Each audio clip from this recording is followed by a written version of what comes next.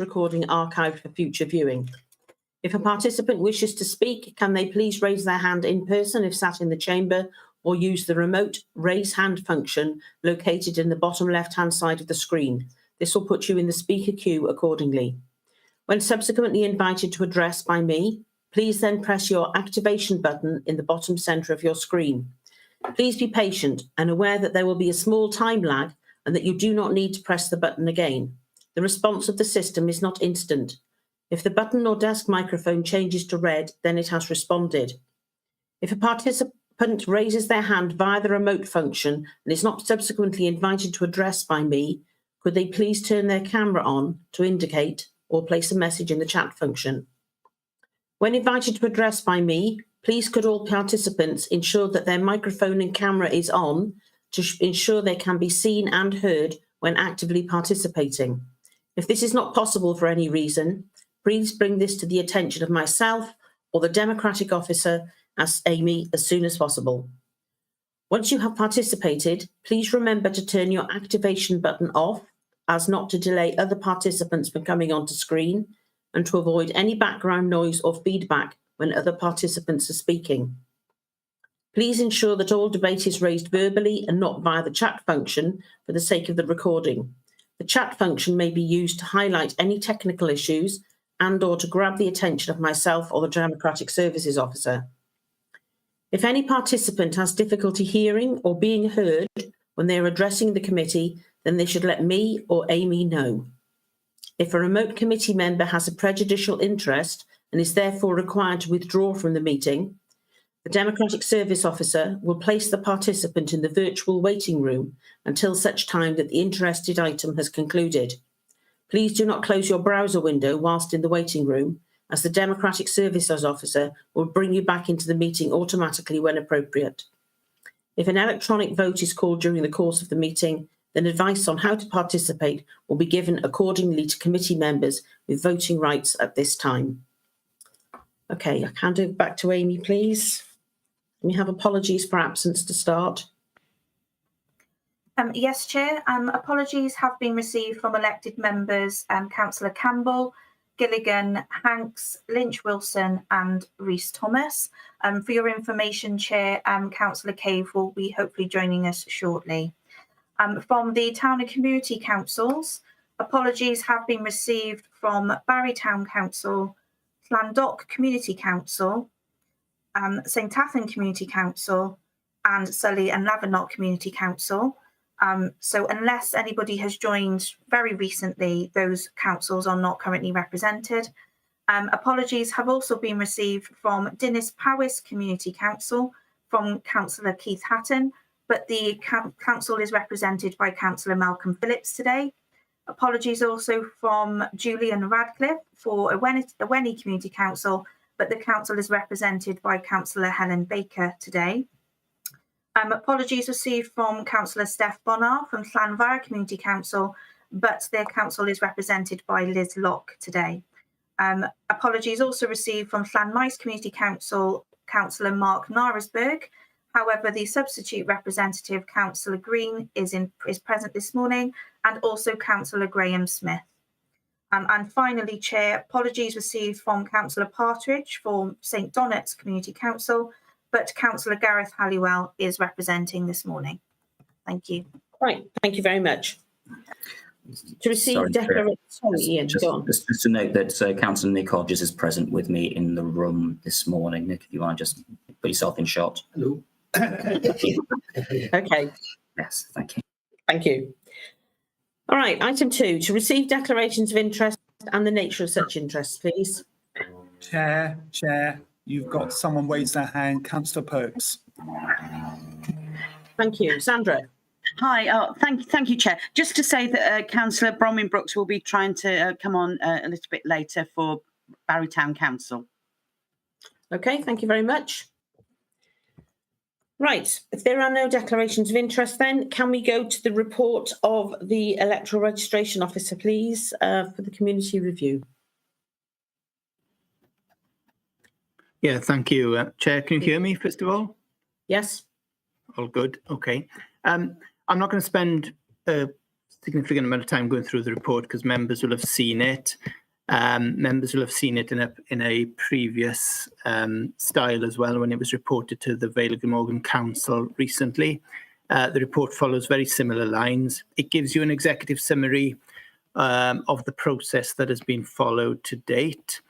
And the recommendation is quite clear on page 3 that Community Liaison Committee members consider the report and if you consider it appropriate, forward any comments directly to Welsh Government Minister in response to the review. That is being recommended simply because of the time pressures. Many town and community councils may have already responded to the review in the same way as this council has responded to the review following the report to council recently. Very quickly, just give you a summary of the background. Every council has a duty to report on the community review activities every 10 years. And at the conclusion of that review, there may well be changes to community boundaries. And ultimately, the decision for those changes rests with the Welsh Government Minister in place at the time. So this process commenced with pre-engagement activity, which took place back in October 2022. So just shy of 2 years ago, this committee was presented with an overview of the process to be adopted. A report went to Cabinet in November 22 to update members on the process to be adopted. And at that time, the report was referred to Community Liaison Committee. At that time, the terms of reference were adopted along with the council size policy, which helped inform the review. Now, the review itself was undertaken by the Local Democracy and Boundary Commission for Wales, and it commenced in January 2023. And that first stage of the review was an initial consultation period. There was a workshop and a briefing for all town and community councillors, and that was held at the Civic Office back in February 2023. Of the 26 community councils in the Vale, 22 were represented at that workshop. That review then took place, and there was various stages of the review, and perhaps crucially, the main stage of the review was a consultation period on some suggestions put forward by the Local Democracy and Boundary Commission, and that was in October last year. In October, that report went to Community Liaison Committee and Cabinet. And at the time, it was agreed that the final report, when published, which happened to be middle of April this year, that report would go to full council of this council. And that happened, as I say earlier, a few weeks ago now. So the purpose in bringing this report here is to just, for all town and community councils to have sight of what is proposed. The proposals are set out in the report under the summary of recommendations page. That starts at page 5 and runs through several pages. It deals with the 4 towns first. It deals with Barry, Penarth, Llantwit and Cowbridge. Sully and Lavernock is dealt with alongside Penarth because of the change that is proposed between the 2 boundaries of the respective councils. And then it looks at the remainder of the community councils in the Vale of Glamorgan. And basically then the next steps are set out on the middle of page 8. In terms of the next steps, there is a 6-week period for responses to be made, which runs from the 16th of April. So we're looking at there or thereabouts the end of this month in terms of final comments being sent through to the Welsh Government Minister. And then the Welsh Government Minister may take a decision to run with what is proposed by the Boundary Commission, either in full or in part. There is an option for the Minister to also not make any changes.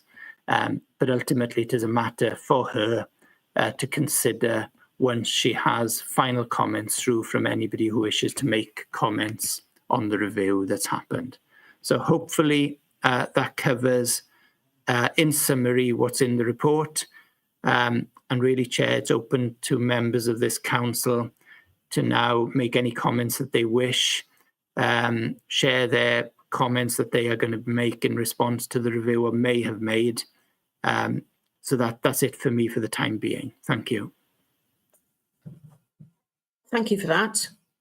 Right, are there people who would like to make a response to the report as it's been presented, please?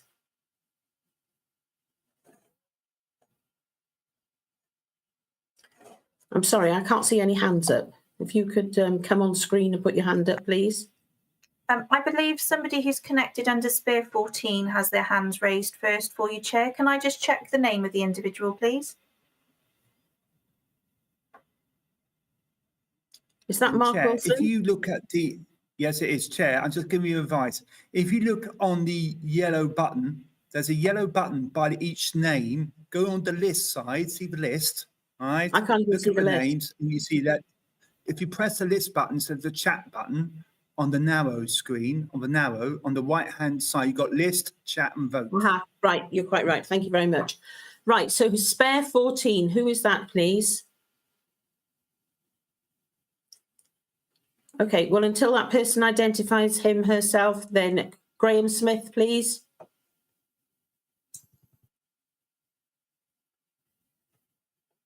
Graham Smith?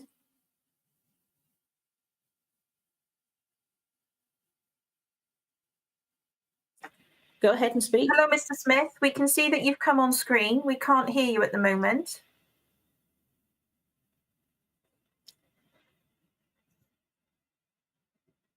Your bandwidth is appearing very slow, Mr. Smith. Your image is sticking. I just wondered if you could turn your camera off and whether we could just have your audio.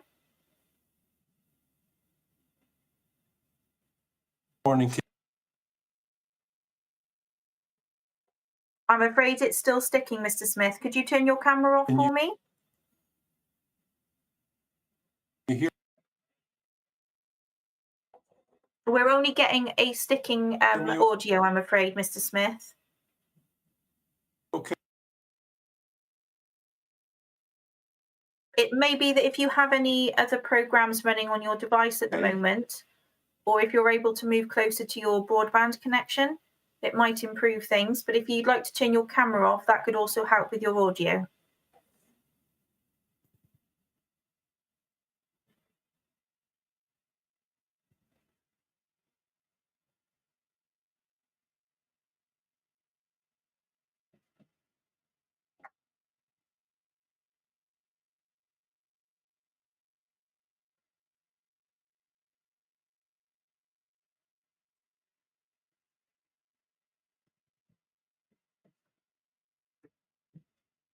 We can see you've come back onto screen, Mr. Smith. Are we able to hear you?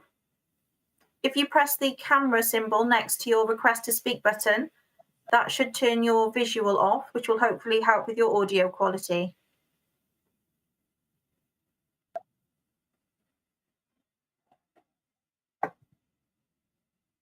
I think I'll give Mr. Smith a call, Chair, if you don't mind. If we could maybe see if we can contact the individual on Spare 14. Yes. Okay, Spare 14. Could you identify yourself, please?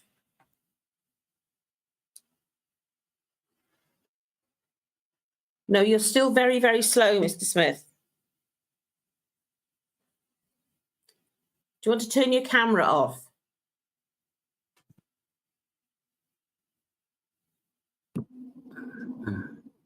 Sorry, Chair, is it possible that the person who is on our screen as Spare 14 doesn't realise that's how they are being seen? So maybe it's worth asking if somebody has their hand up but hasn't. Thank you. Yes, that's a good idea. Is there someone who has a hand up? Could that person come on screen, please?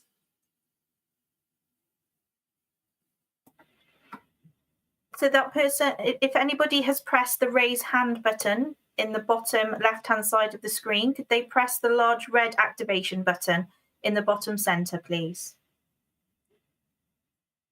Hello. Hello, sir. Hello. We can see you on screen. Would you mind Right. letting us know who you are? Yes, my name is Councillor Gaskell, Bill Gaskell, and I'm the chair of Pit and Leckwith Community Council. Can you hear me? Yes. The reason I'm speaking at the moment is that under the recommendations, our council is effectively abolished.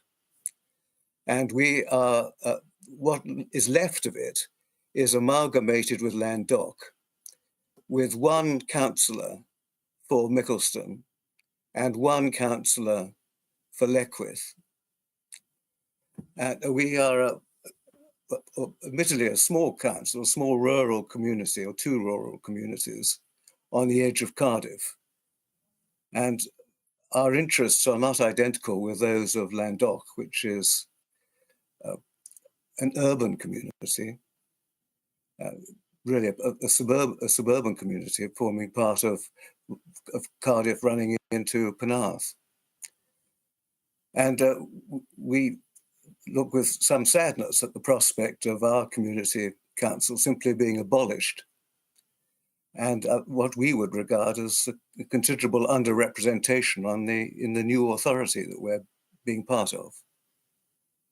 So can I simply register our objection to that and the hope that you will support our view? That's what I've come to say. Okay, can I ask if as a council you made representations to the Boundary Review Commission at the time? Yes, we have. Right. Okay. We've made representations in the light of the report. So further representations. Right. Okay, thank you very much. Right, thank you. Thank you. Right, Councillor Haynes, please. Thank you, Chair. I'm happy to let the town and community councillors speak first. I just thought everyone else had finished and come in later if that would suit you better. It's up to you, Chair. No, go ahead. This report, as I said before, and heard many people have said, is pretty devastating to the rural Vale, and is removing a lot of the intrinsic character of these town and community councils. And I urge this committee to just add a comment to the report that urging the Minister to look at the comments from town and community councillors. Most people speaking on this I've seen over the period we've had have quite often been double hatters on town councillors. So there'd be county councillors and town councillors. And I do think generally in committees that town and community, particularly community councillors in the community councils in the rural Vale have been underrepresented with their viewpoint. And I think that shows in the report. And I do urge us to pass on a simple comment urging the Minister to look at the comments from rural communities. Thank you, Chair. Okay, thank you. Bill Gaskill, please.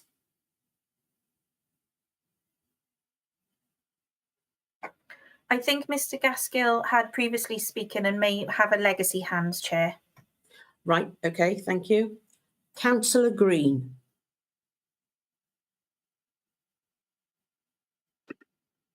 Hello, can you hear Hello? me okay? Yes. Hi. I'm actually going to ask the question on behalf of Councillor Smith, as we are both representing Clanmice Community Council. And I think it stems from the same sort of concerns about the representation of the small villages and communities. So he wanted to ask about the decision made on the council size. So, you know, the number of electors. I understand, I wasn't a councillor then, but I understand that there was a discussion at this group in October 22 about a consultation on the council size policy. and it appears that that didn't happen. And I think there was a question around the consultation process around how that decision was made. Okay, thank you. Where are we? Is Bill Gaskill, did you wish to speak, or is this a legacy hand, please? I have already spoken. Okay. I'm the representative Yeah, of Mickleston. okay. Can you take your hand down then, please? Because you've still got your hand up and you're at the top of the list. Thank you. Councillor Parry. Yes, hello, Chair. Thank you, everyone. I represent St Bride's Major Community Council. We recognise the huge amount of work that has gone into this report to date and the recommendations, but we actually do object to the recommendation that is made for St Bride's Major. We acknowledge that there may need to be a change in the number of councillors, and we would accept that. But there is a recommendation to join us with Iweni Community Council, already also on this call. We're very fond of Iweni. However, their community is very different to St Bride's Major, which already comprises 3 villages and a number of hamlets. So we have written in our objection to this. Regrettably, our clerk at the time, who has subsequently resigned, did not get those recommendations in time to inform the report. But once the report has been published, we have put that in. And we would urge, again, a re-look at whether it is appropriate for us to join with Iweni. Thank you. Okay, thank you very much. Councillor Hadley.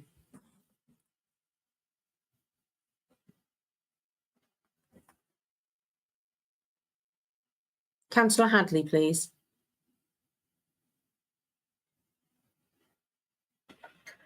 Councillor Hadley, if you could press the large activation button. There you go. Thank you. Can you hear me now? Yep. Yep. Okay. I represent Colwinston Council.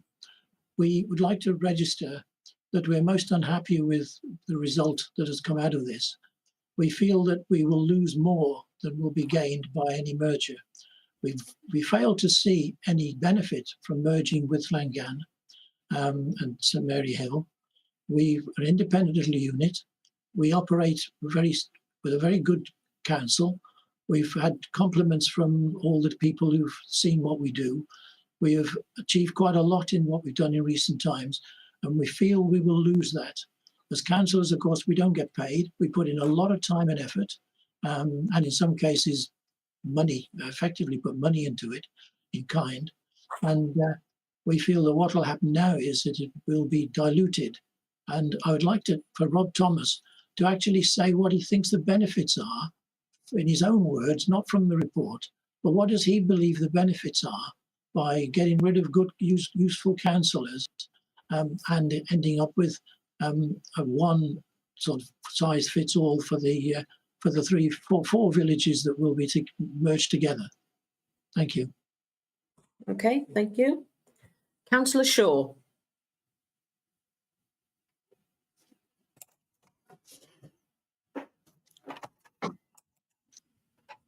Oops. Hello, can you hear me? Yes. Yes, we Yes, can hear you, Councillor Shaw, but we can't see you at the moment. Your camera is off. I don't seem to be able to get my camera on either. So if you're happy, well, we can hear you. Yeah, thank you. I'm representing Landau Community Council, and the comments that we wanted to make are also registering our unhappiness and concern about the proposals, and wish to point out that there seems to have been very little credence paid to the other objectives other than merely following the proposals for numbers guidance.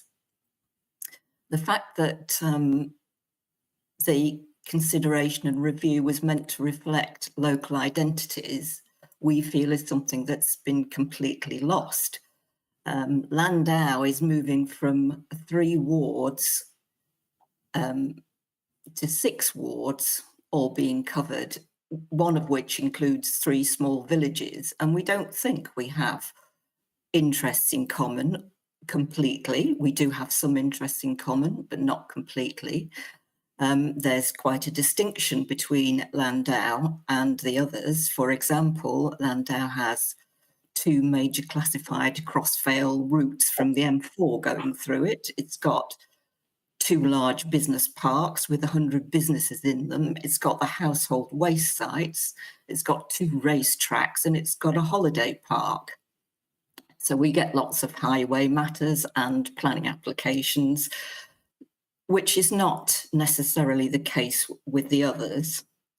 But I suppose the principal issue that we are concerned with is that community councils are the closest tier to their local communities. And this effectively is trying to make the electorate more remote from democracy. So instead of invigorating and making vibrant communities, it's making it much more difficult for people to choose to participate. Not least because to participate, people have to feel that the use of their time is productive and effective. Now, the Vale tends to undermine this by giving little credence to the local voice to start with. So unless they resolve this particular issue, local democracy will continue to fail. And I would have to say that I do understand that the local, the demographics of local community councillors do tend to be retired people.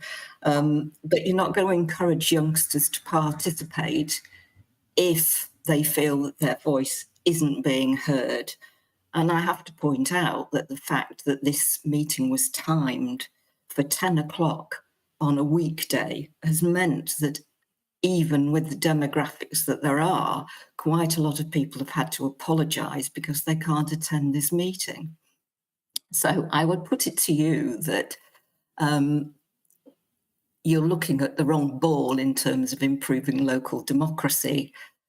Most community councils are the first port of call for local residents. They provide a vital service. There is a distinction between the rural Vale and the urban electorate. And I would support some of the comments that have been made, and particularly by Councillor Haynes, to say that this is subsequently dilute, or your proposals which you're recommending are diluting local democracy in the rural areas to the detriment of local communities.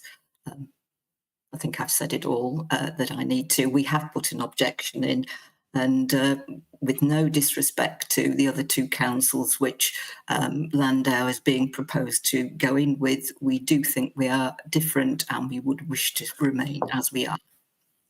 Thank you. Okay, thank you very much. Does anybody else wish to make a comment, please? No? Okay, so Councillor Shaw, if you could take your hand down, please. And then I don't know if Rob Thomas wants to come back on any of the points that are made.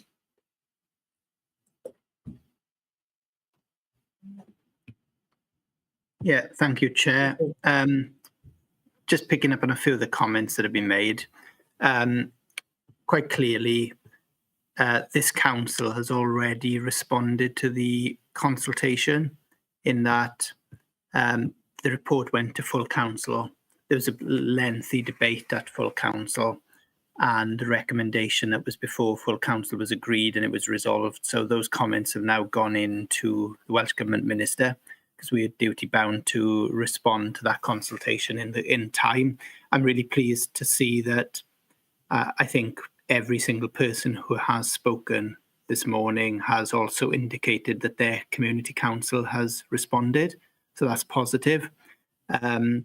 If on the back of this meeting, individual councils wish to make further observations, then I'm sure they can do so again. So that just because you've responded once, I'd be surprised that you can't follow up that response with another response if they were so minded. The difficulty for us as a council is we've already responded, as I say, and time is of the essence. So that was the reason for squeezing in this special meeting. I note the start time of 10 o'clock, but I think the only response I can give to that is it's been really difficult to put this meeting in the diary so that everyone can attend. And this was the most practical slot that we could find to make it a meaningful meeting where there was still some time left for members and clerks of town and community councils to be able to put any additional observations through to the Welsh Government Minister. Because next week you've got Bank Holiday Monday, and I think the closing deadline is the Tuesday possibly of next week. So it was important that we held this meeting this week and as soon as possible this week, which is why we squeezed it in. In terms of the comments that have been made, quite clearly what we are seeing in the rural Vale in particular is an amalgamation of previous community councils or current community councils if this is to go ahead. What I would say is the wards will continue to exist. So for example, if you take the recommendations for Colwinston and Llangan, which I think was the last representative spoke on, the wards that exist within the individual communities will still exist and they'll still have representations, although they'll be part of bigger building blocks, which would be the new community councils. So the representation will still exist at ward level, albeit because of the review, there will be less community councillors representing that bigger area. And the reason for that is I think, twofold. The Boundary Commission has looked at the way that previous elections have been run across the rural Vale. They've looked at how many councillors, how many community councils actually have elections on a regular basis. And they've also looked at the council size policy, which is a guide, it's not a given.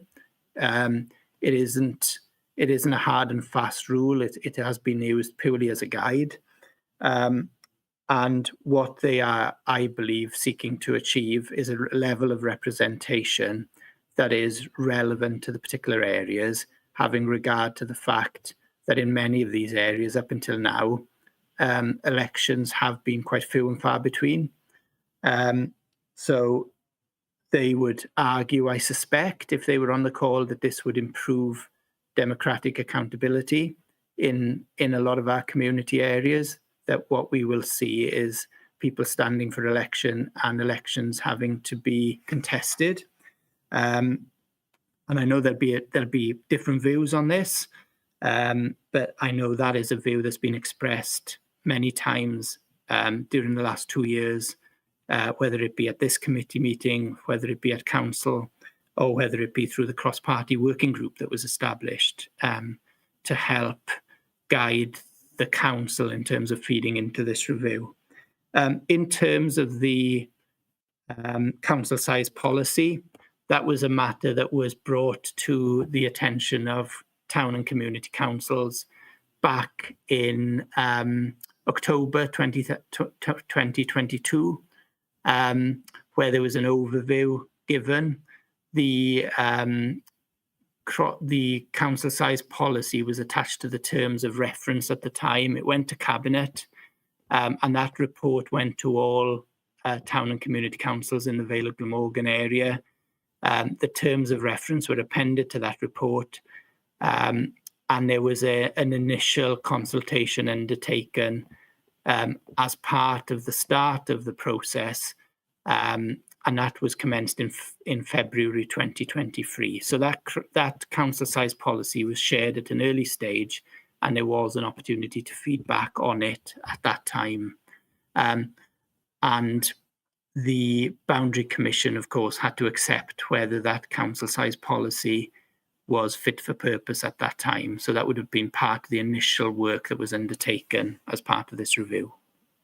I don't think I've missed anything, Chair.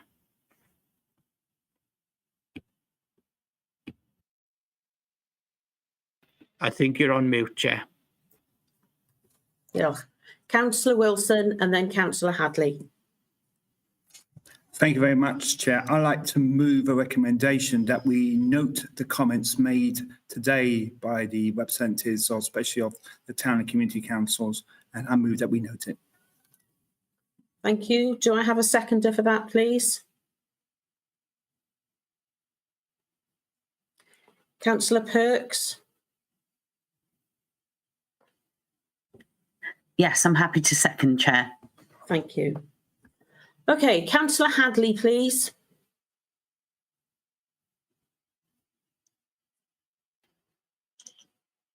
Could I ask Rod Thomas, how do they feel that more people will stand for election and there will be elections rather than the way we operate at the moment by merging these councils together? In our case, from what people have said, there are fewer people prepared to serve under any terms. So in fact, there'll be less people going forward as far as I can see. So what evidence have they got that more people will now stand for election and we'll have proper elections? I'd have been happy to have gone to an election. It wouldn't have been a problem for me. And I don't think for anybody else, but there was no election, so we didn't. But how do you think more people will now come up and be democratically elected? Mr. Thomas. Do you want to come back on that, Rob? Yeah, I can try, certainly. And, you know, it is a view that I have and an opinion, and opinions will differ. But my take on it is that the smaller the number of community councils for a particular area, especially if that area is slightly larger than it is at the moment, the more chances you have of competition for those community council spaces. Now, that doesn't automatically follow, but in the case of Colwinston and Llangan, if you look at the existing community councillors covering that area, it's 16. If you look at what's recommended by the Boundary Commission, it's 7. So you've got less than half the number of councillors. And there, you know, if you look at past trends in these areas where elections tend to be uncontested,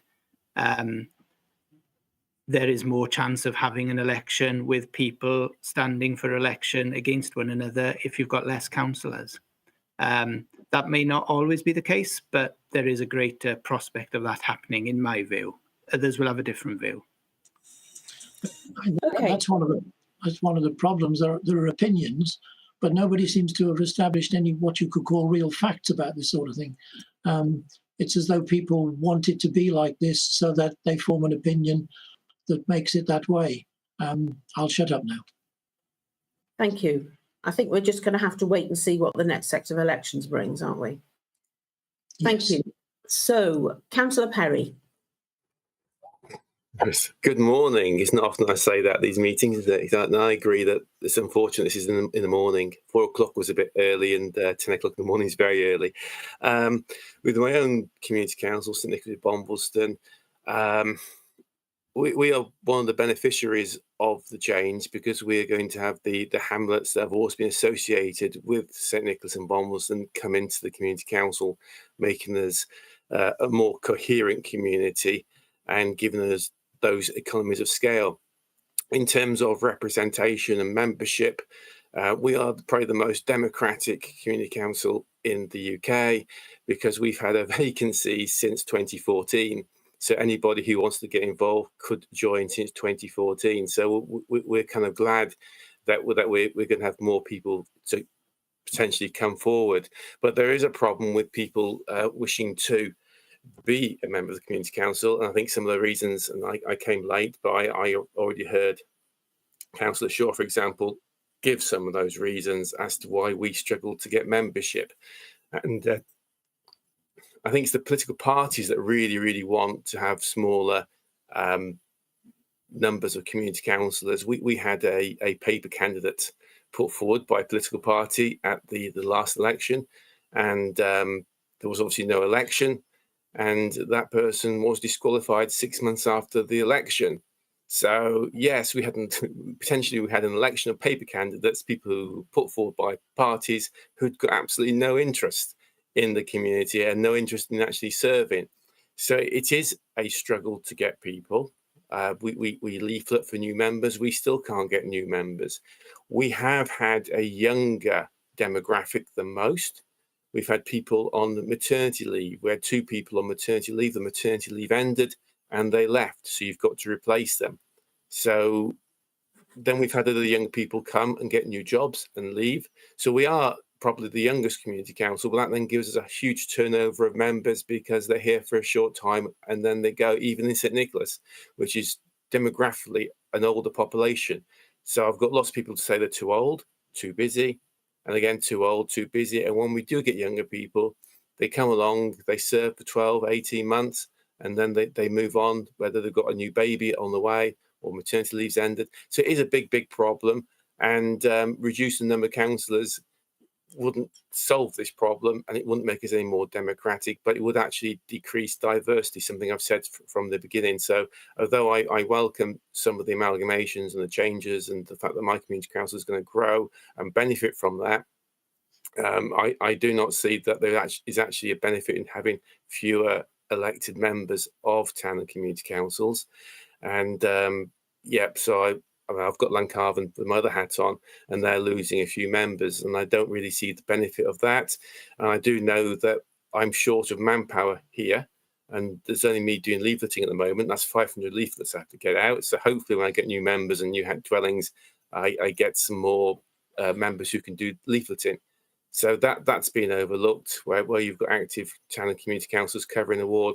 And elections, great, but if you're just waving a flag for a political party at a town and community council election, you're not actually enhancing democracy or just signalling to 10 Downing Street what you think, and it's not really relevant to your community.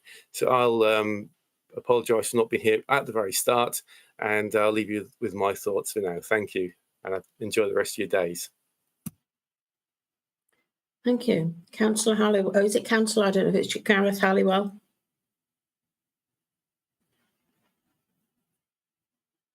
Gareth Halliwell.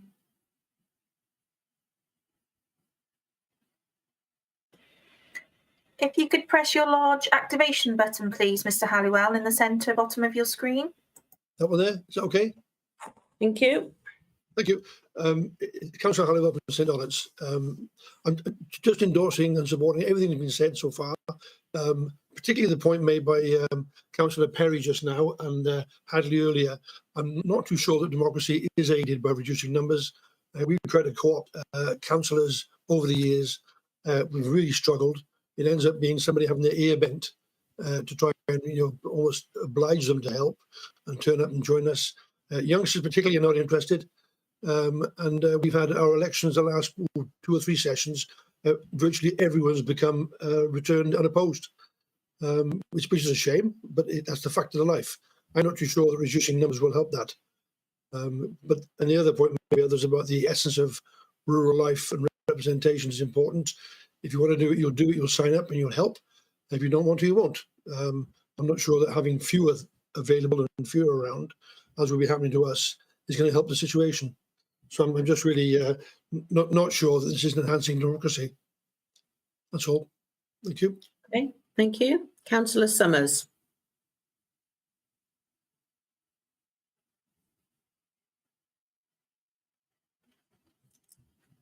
Councillor Summers, do you need to press the red button?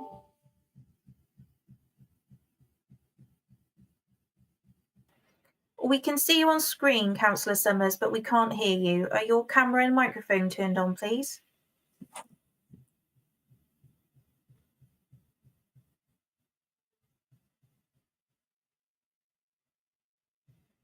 I'm afraid there's still no visual and audio from you, Councillor Summers.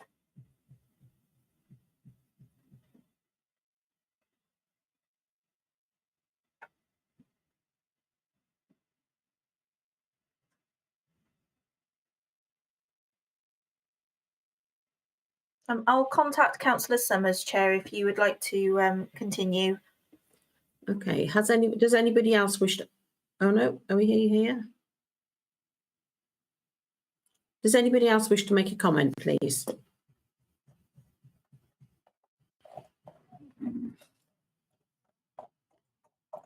Councillor Wilson, did you want to comment? Yeah, I'd just like to, after Mr Summers speak, I'd like to move to a vote, Chair. Councillor Summers?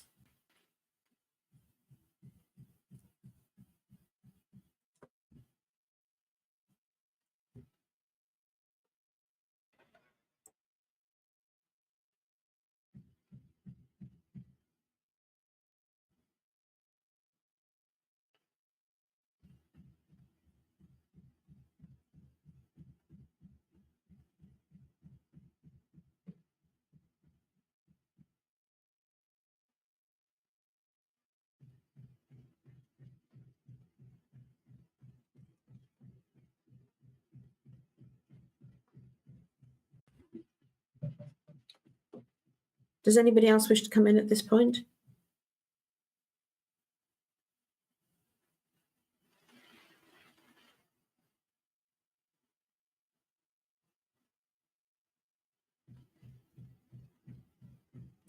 Right, okay, Councillor Summers has taken his hand down then. So we have in front of us the recommendation that we note the comments of the community councils and councillors that have been made, which has been seconded by Councillor Perks.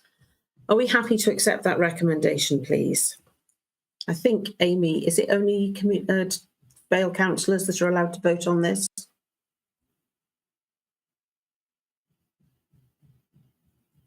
You're on mute. If there's no dissent of the committee, then you can take that by no dissent. Right, okay. Is there any dissent, please? Councillor Haynes.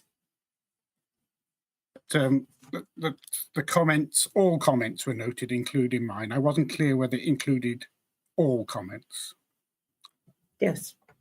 Okay, thank you. Notice. Just to confirm, Chair, obviously all comments have been noted and a recording of the meeting is also available for a verbatim record. Thank you very much.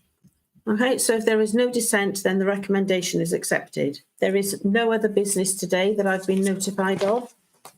So thank you all for coming, even at this hour of the morning. Thank you. Goodbye.